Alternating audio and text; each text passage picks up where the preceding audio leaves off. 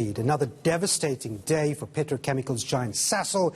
Its share price losing 29% of its value today alone. It briefly dipped below 30 Rand from 470 Rand less than a year ago. And that's a loss of almost 95% of its value since April last year. The chart will tell you that. Sasol has been under pressure for months, due mainly to its disastrous 200 billion Rand Lake Charles chemicals project in the US. The latest oil price crash and stock market slump have taken the share to new lows. Now, one market watcher suggests Sasol should talk to shareholders about the share price plunge. Oil price has fallen dramatically, and that has squeezed Sasol into a very, very tight position as well. So here you've got a company where the product that it sells is falling, chemical prices, which it hopes to manufacture in Lake Charles, is also falling, and against that you've got heavy debt. Now, the one thing, and please, this is not my view, what the market is saying, what the market price is saying, is that this company is going bankrupt or going insolvent. And that, for me, is a worry, because I think it needs a response from the company to say we've either got things under control or we haven't got under control. And a response indeed. We did get one from Sasol later this afternoon. We're going to get into that in a moment. Owen Nkomo. We have the Inzalo shares not so long ago, I think it was 2008, yes. Another attempt recently to issue shares, and Sasol wanted, empowerment shares to be bought. What happens to those shareholders? Of course, that deal is underwater. It was underwater when it came to its end for Sasol Inzalo in the first round. And then they came through with another scheme they tried to revive, which was called Sasol Kanyisa.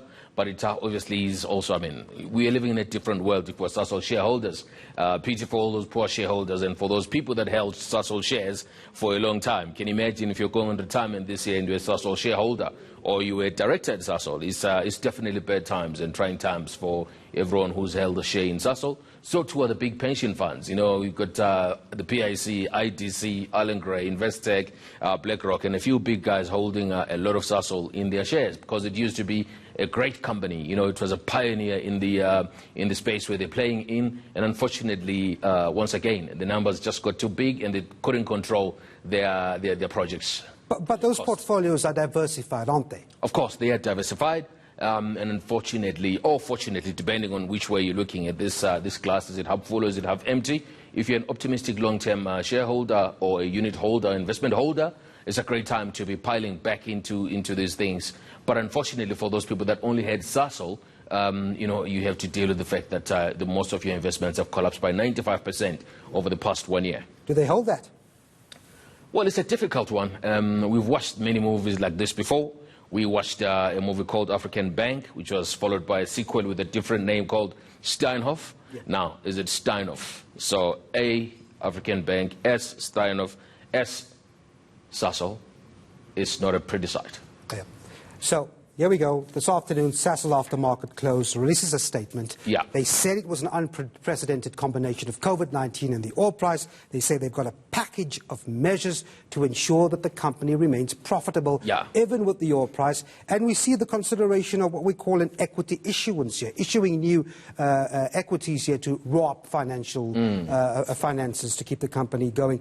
Well, do you buy this statement, and do you think shareholders are going to buy into this? We'll see tomorrow, though. Now, look, what's already happening at the moment, I think the very big shareholders in Sasol, they've done the numbers, and they've tried to look at the price of oil and see what the implications are for Sasol and its earnings going forward. I believe that some of the guys must be forced sellers of Sasol, people on the boards of some of these asset managers. If the guys are not patient, they might be forcing the asset managers to sell the stock, and this is why it could have collapsed this much. Second reason, like you've alluded to, is the possibility of a rights issue happening at Sasol, which means that there's a big dilution of earnings because you've issued new shares now. There's more shareholders relative to the earnings that are coming in, so the share price has to downgrade, and it's exactly what has happened. So unfortunately, because of the fact that in investments, it's always a guessing game, it's always a calculation game. Until you have the real numbers, the numbers are just not there. So that's why people are panicking and selling out of this stock. But I do believe that, Sasol, with a cash pile of over $2 billion, the market cap sitting at below $3 billion US, there's potentially room to sit and do your homework, and maybe potentially if the investors do support a recapitalization of the stock could come back again and, do better than it has. But I don't see it going back above 200 or 500 anytime soon, Des. Yeah, so, Sasol making a point of that foundation in the statement this afternoon. Owen Nkomo, the CEO of Inkunzi Wealth Group, thanks very much indeed for coming in. And it was part of a bigger picture on the JSE. The JSE all-share a steep slump again today. There are broad-based losses in line, of course, with what's happening with global markets. Now, why is that? Donald Trump, the president of the world's biggest economy, used a national address on the coronavirus to announce a ban on most travel from Europe, but failed to deliver the comprehensive economic and medical response to the outbreak, and investors wanted that. So when you look at the boards, the worry is that that move will halt business and economic activity globally. Investors are fleeing equities from banks to retailers and miners, and the all-share came under strain. Look at that, 9.7% in the red. Miners are bleeding as well, with many resources shares down. Sasol share at the end of the day closing around about 30% in the red. And here's one of the reasons why. The oil price, round about the levels we saw on Monday, when the oil price plummeted after Russia and Saudi Arabia failed to reach an agreement on production cuts, $32.86 as we speak for Brent crude oil. The rand, emerging market currencies, taking a huge hit from what we call risk-off behavior, moving away from equities as the concern over the spread and impact of the coronavirus intensifies.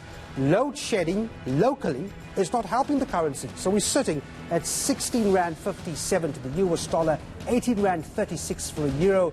And if you want a British pound tonight, 20 Rand 71 is what it will cost you.